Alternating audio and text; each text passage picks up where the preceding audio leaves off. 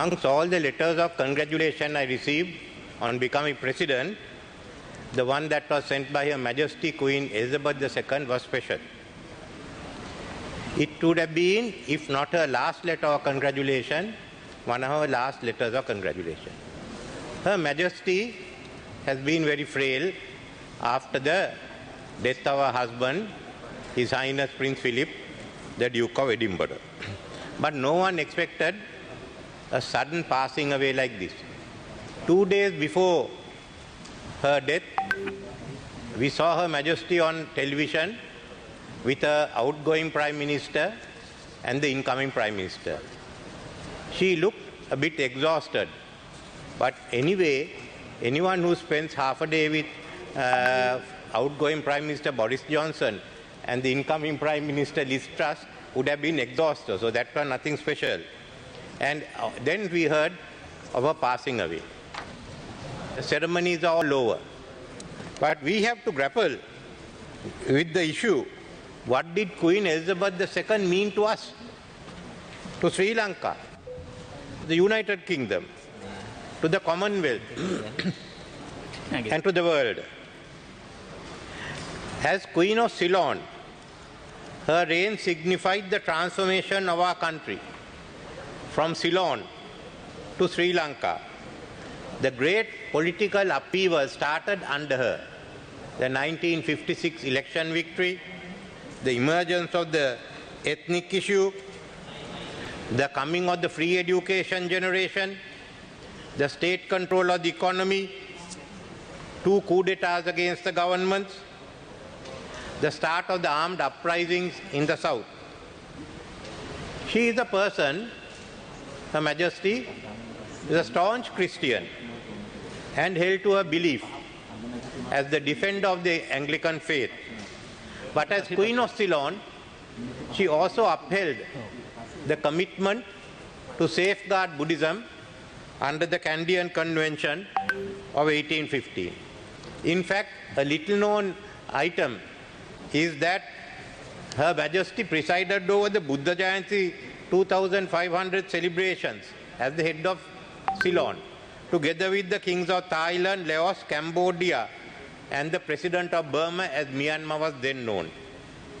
So, at the end of it, she also, when her term came to an end and we became a republic, there was also 2 issues that have been left behind, which has still not been unresolved. The conversion from a dominion of Ceylon into the unitary state of Sri Lanka, Republic of Sri Lanka, was the emergence of the ethnic issues, which led in turn to uprisings, and still the last part of it has to be resolved. Secondly, it was an issue that was raised. If we want a figurehead, why don't we have the Queen?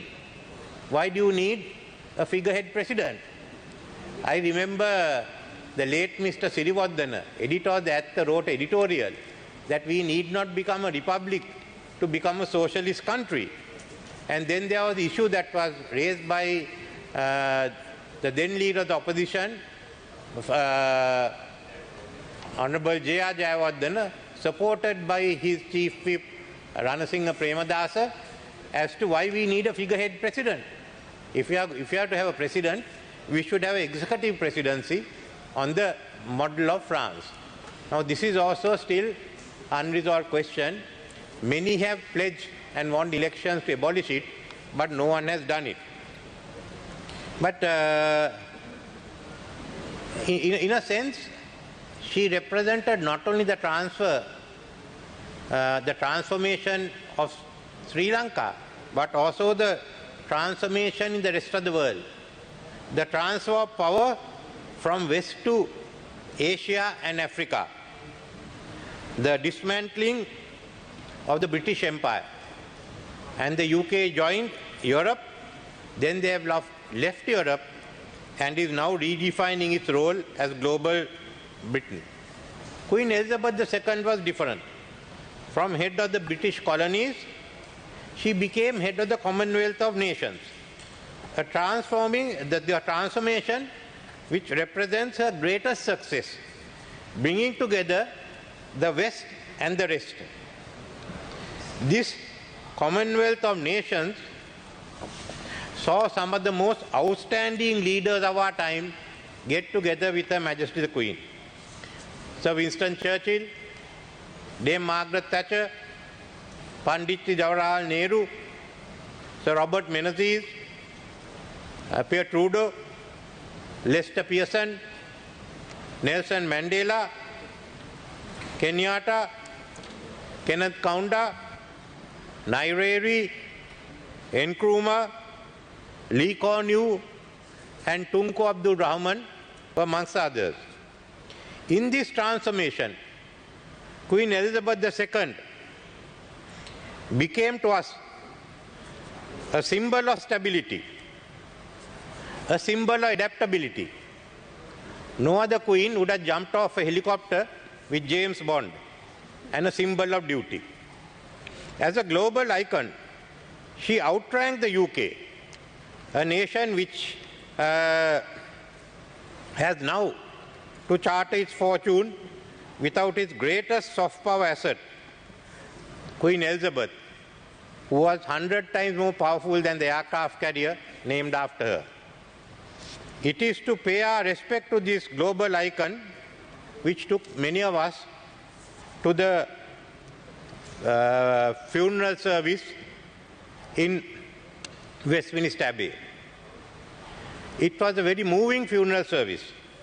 The most poignant moment began when all of us in the Abbey, Christian or non-Christian, joined in to sing her favorite hymn, "The Lord is my shepherd."